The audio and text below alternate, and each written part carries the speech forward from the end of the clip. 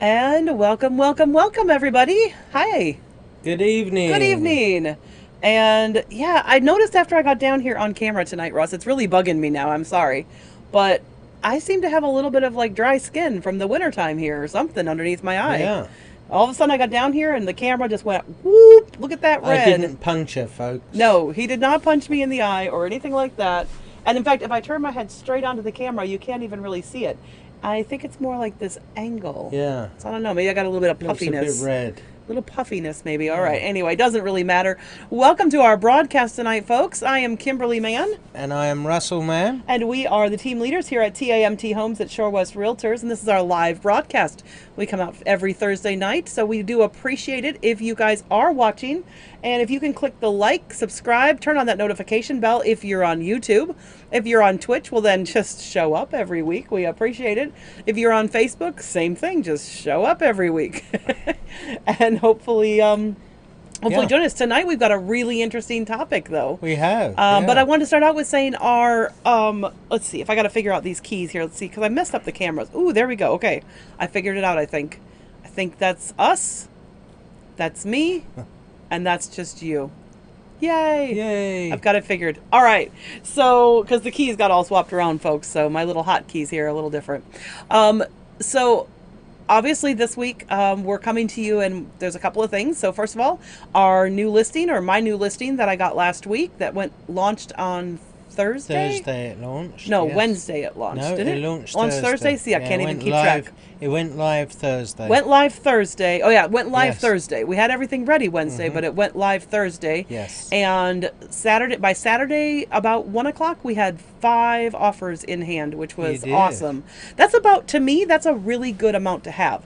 Because if you have a lot more than that, then it's too much for the seller to go through, which means if an agent is not pricing their property correctly, if they're way underpricing it, they will end up with 10, 15, 20 offers. But then your seller, as an agent, has to look at those 20 offers and respond to every single one of them. Well, in my opinion, you should. Some agents do. It hasn't always been the case, because in the past I've put offers in and haven't heard anything back.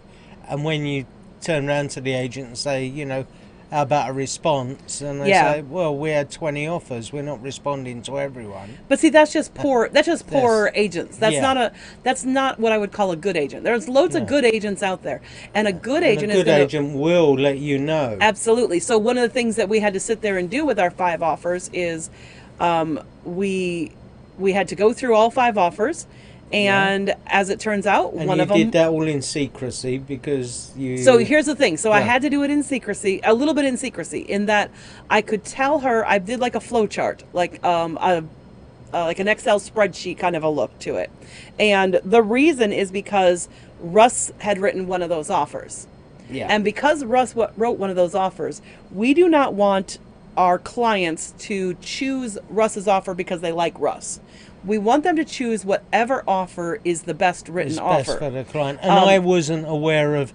I knew there was other offers on the table. But the other agents did too. I was not aware of any of the details. Yeah, but the other agents knew that as well. Every other agent who wrote an offer was aware that there were multiple offers on the table, that they were not the only one there, and so they all wrote with the intention of multiple offers. Here's where we are. And so definitely that's, it's always good to do, to know that. And I present it in, when we say secrecy, not secrecy per se, but she did not know whose offer was whose. She knew a couple of them because we had received 2 of them a day and a half before, and I had gone over those 2 with her, and she knew those weren't yours. But of the other 3, she didn't know which one was yours at all. So she knew there were 3 other offers, and so she didn't know which one Russ had written. And the reason that's important is because of fair housing laws. You want to talk about that for a second, Russ? Because that's one of our pet peeves. Well, you don't give anybody preferential treatment, and likewise you don't relegate anybody to a lower position. Not based on who they are. No, not based on who they are, who they work for, the colour of their skin, their religion. It's based on none of that. the important facts are, and I The know offer, what the offer, Kimberly the offer. does, is she does a spreadsheet, and it will be the price. Are they asking for any money? Do they want an inspection? Do they want a radon test? Do they want anything else What in type the of offer? what type What of type of loan? loan it is? Yep. Who the lender is? Because sometimes that can play into it. Well, when you have 5 offers, oftentimes having a lender that's local is a factor. Yeah. And I will tell you that the 2 that it came down to, that was one of the factors. Because the 2 front runners in the offers came down to the fact that one of the offers had a lender that we didn't have any clue who they were. Like, we'd never heard of them. They're one of these internet lenders that you just pull out of the sky kind of a thing. Yeah. And one of them was a local bank. Yeah. And so my That seller we've worked with before as well. Well, so. it doesn't even matter because, well, it's a local bank. Most of the local banks we've worked with before. Yeah. But at the very least, it's a local bank. You know it's somebody local. You're going to be able to reach out to someone local, and you're going to be able to at least walk into a branch to get an answer. And another important factor when you're picking a lender is also that they're on the same time scale. Because sometimes, if you're, say for instance, you're closing at 4 o'clock on a Friday. Oh, you're talking about time zone. Yeah, time zones, but your lender, it's now 6 o'clock, their time zone. Well, what do you do if you have a problem with the money going through? There's none of us that start at 4 and the time zone is 6, just to let you know. Well, 5 is the worst. But we've had the opposite problem where we haven't been able to begin a closing until 11 o'clock in the morning because the lender was based on the West Coast. Yeah. And because it was based on the West Coast, they don't start any of their closings till 9 o'clock, and that was 2 hours difference, so that's 11 o'clock here. And when there's a chain of people, that is problematic. Because we wanted to close at 9 Well, because there are o'clock. wires that have to go from person to person to person to person.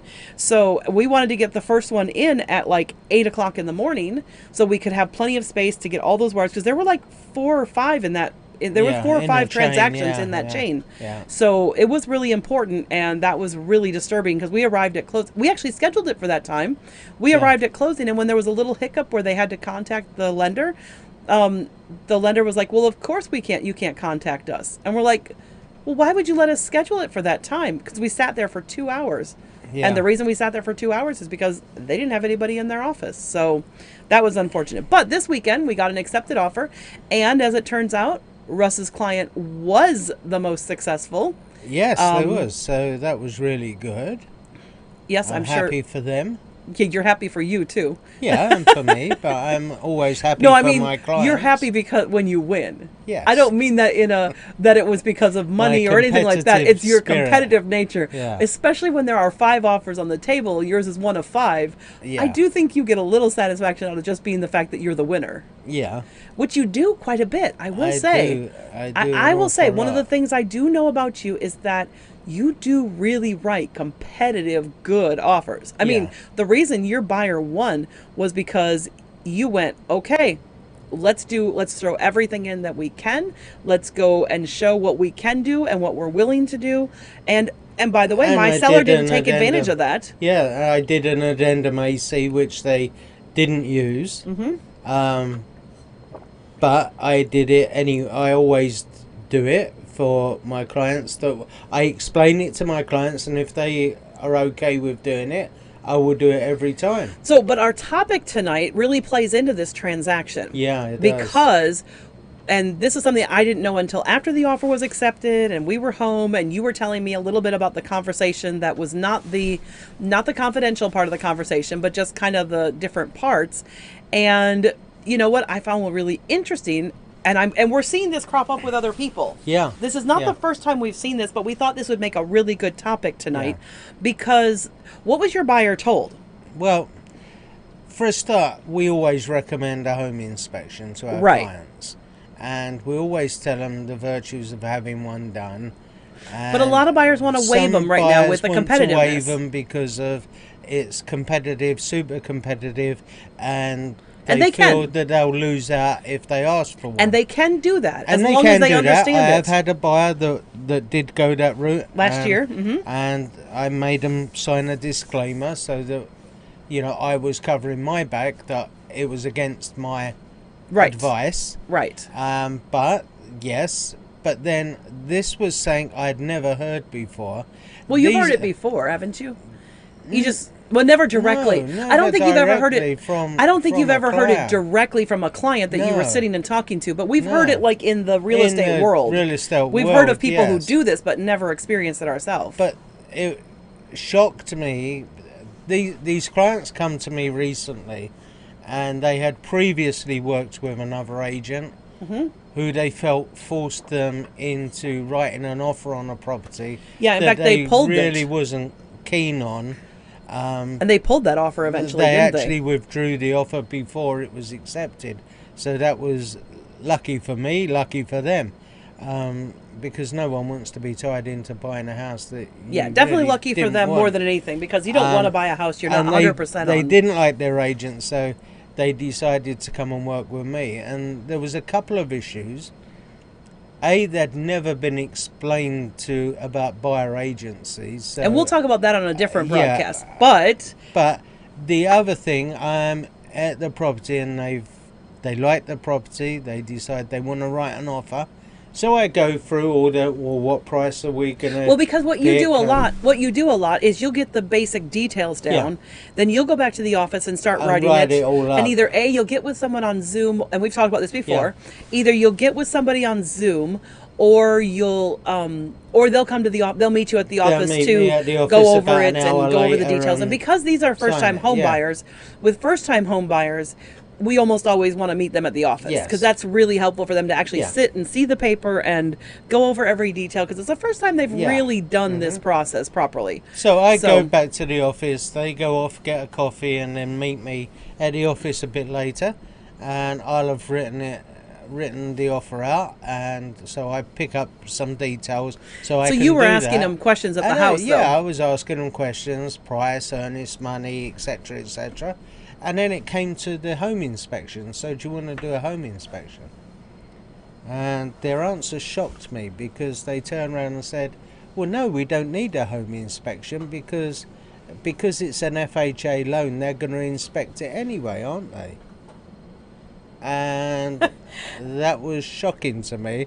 Well, actually, I think you thought, well, who told them that was the first thing you thought. I said, no, who told you that? And he says, well, our other agent that we had used previously had told us that we didn't need a home inspection because we could save that money because we could rely on the other inspection, the FHA inspection. I said, well, that's an appraisal.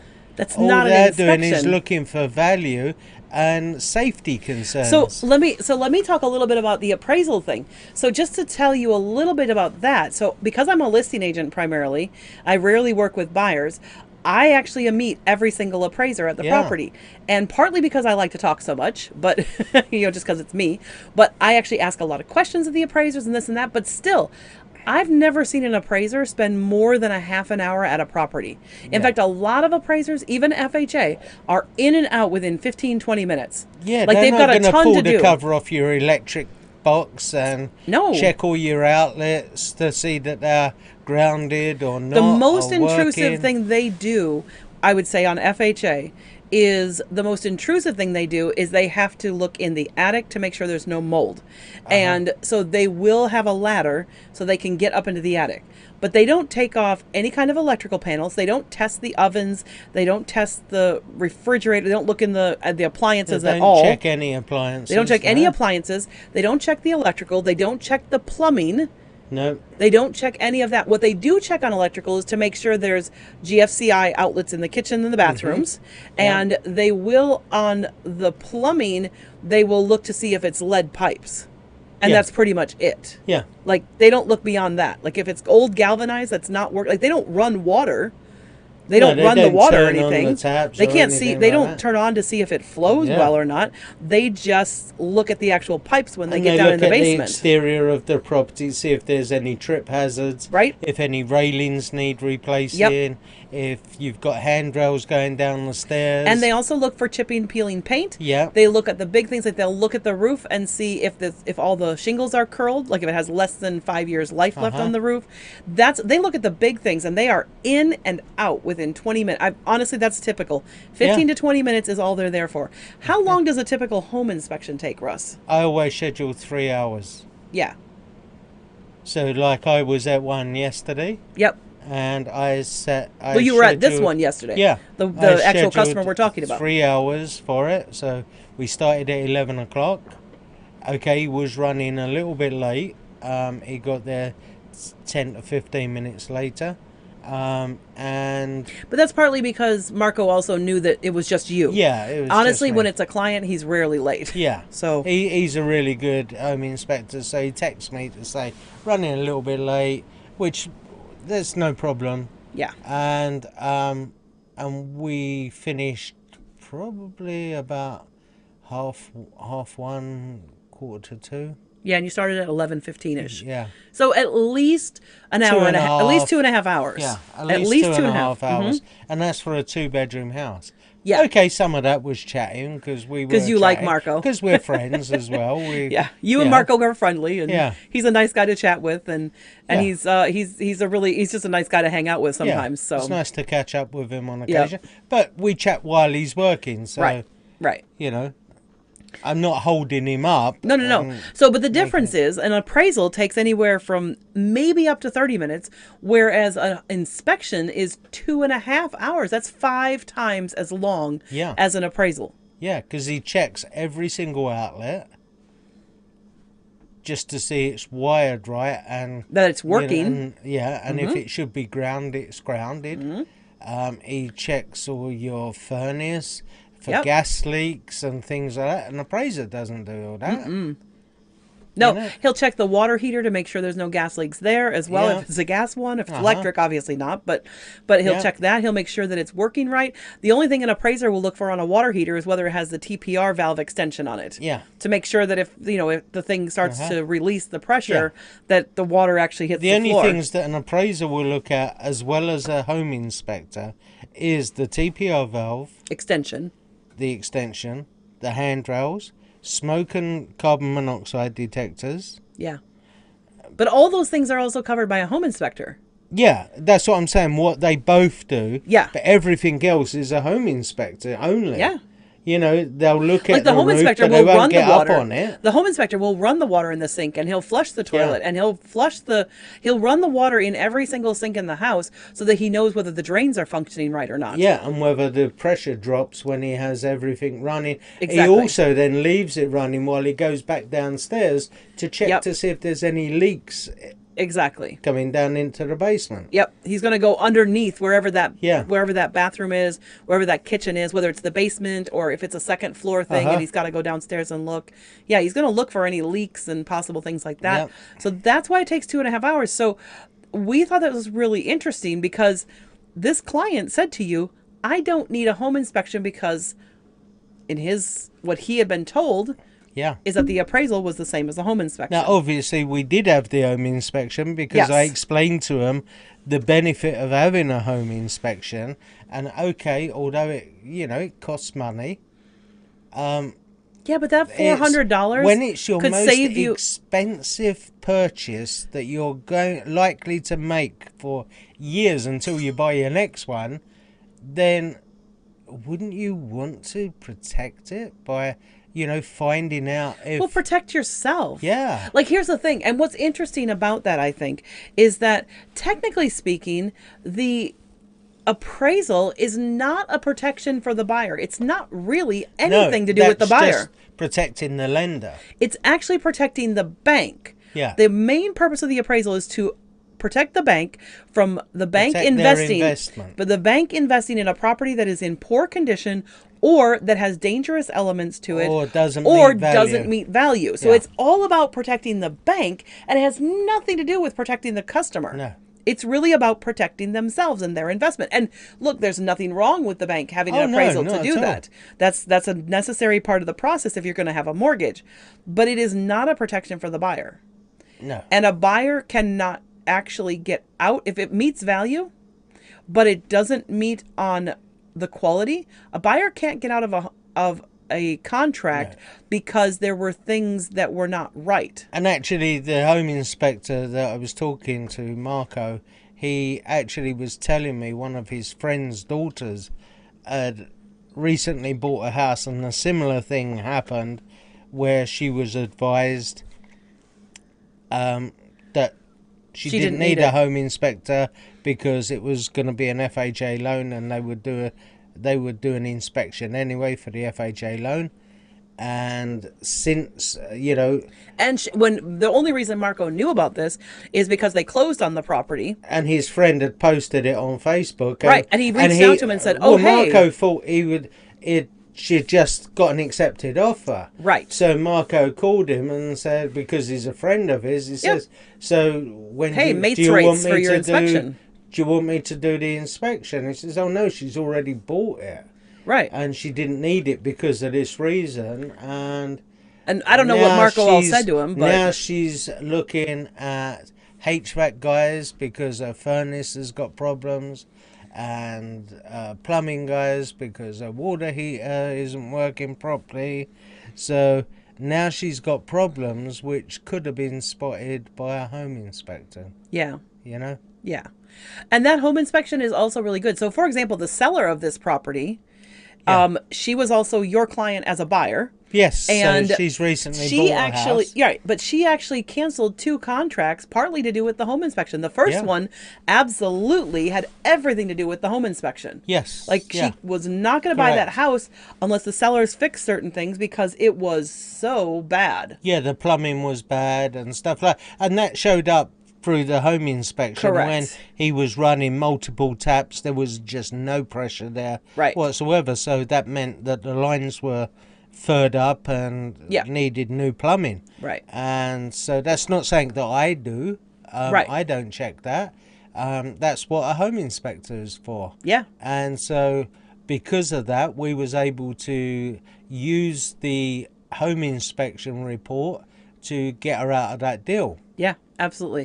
And she did it on another one as well because she was not happy with the quality of the roof. The roof was an issue for her. Yes. And so because that roof was not up to her standards when it came back to the inspection. It wasn't up to code, was it? It wasn't up to code, and in order to fix it to bring up to code, it would have completely changed the architecture of the house and the aesthetics of it. And that was an aesthetic that she said, I would never buy a house with that particular kind of roof on it. Yeah. And so she goes, because I hate those kind of roofs and I don't like them at all.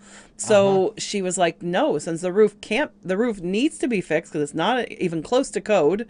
Like it would have ice dams and things like that on it. Most likely it would have ice dams.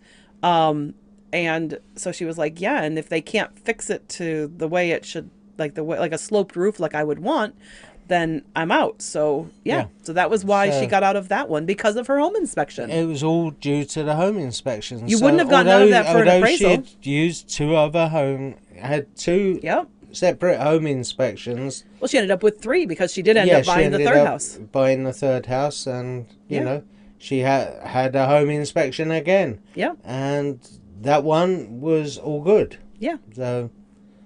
Yeah. So, guys, I guess the moral of this story is that, first of all, if you ever have an agent tell you that the home inspection and the appraisal are the same thing, then you need to run away from that agent. Because that agent doesn't know. Either that agent is lying to you because they just want to get a deal together. Yeah. Or they don't know that they're not the same thing at all. Like, they're not even close to the same thing. And that's even more dangerous. Yeah, that's actually more dangerous. If it's a lack of knowledge on that, way more dangerous than... Because they will be convinced that what they're saying is true, and it's absolutely not true. Yeah, that's like the furthest from the truth. Do your research. Don't just believe us. Go ahead and research this. Say, is an appraisal the same as an inspection? Google it. You'll find out. We're absolutely 100% correct on this. This is not just our opinion or because we like to work at a certain level or anything like that. This is because... And we get nothing from the appraisers. Yeah, we get nothing from doing the inspection. All we do is we do recommend 2 home inspectors, but to all only our because they're clients, really good. Because they're really, really good. They have great, easy to read reports that are Yeah. easy to negotiate, and they're really clear and easy for customers to understand. Yes. So they're well worth every bit of penny They that have we. lots of photos in them. Absolutely, it has everything you need to make a good decision. Yeah. But the thing is, if you ever have an agent tell you, and I don't care whatever state you're in, and any agent that tells you that a appraisal is the same thing as a home inspection, or that it will cover you or protect you just like a home inspection will, run from them, because that is a bad thing. Look, to be honest with you, I would say that's probably only about 25% of agents that say things like that, because they just want to get a deal done. So there's still 75% of us out there who are going to be honest with you and truthful and tell you what you need to know. So make sure that when you're interviewing that agent to represent you as a buyer, you can actually interview agents to represent you as a buyer. It's not just for listings. Obviously, for listings, they are interviewing agents, but buyers can do it too. The best way to do that is go to open houses, talk to agents, and find out, ask the same set of, like, say, have your list of like 5 to 10 questions. And if you want to know what other questions to have on that, go ahead, reach out to us, drop us a comment below. Or we'll be happy to answer it. Kimberly. If you're in another state, you're not in Wisconsin, reach out to Kimberly, because she will help you find a good agent. Well, and that's another service that I do have, and it is something that I specialize in. It's a totally different business that I run that is about connecting you with a great agent on the other side. Yes. And if you want to know more about that, you can absolutely drop us a question in here, and we can connect on that. But primarily, though, if you want to know those 5 to 10 questions that you should ask an agent at an open house to kind of determine whether you want to even consider using them as your agent, well, I can get you that list. We can absolutely get you that list. So check out our Facebook page. Come on there. Ask any questions you want. Absolutely. We're always available. Watch all the videos, read all the articles we've got there, because there's a lot of great information that can really be a help to you. So, but I think that's all we've got time for tonight. Yes. Whew, we actually talked a lot longer than I intended. But now I've heck, got to this always shovel happens. snow and cook dinner. Well, shoveling the snow is completely up to you. But since you have an early morning, I do have a very are you bracing? early Is that morning. bracing yourself for the snow It is shoveling? bracing myself. It's a drop of rum. So what? That's more than a drop, by the way. Yeah. Unless you consider the whole cup a drop.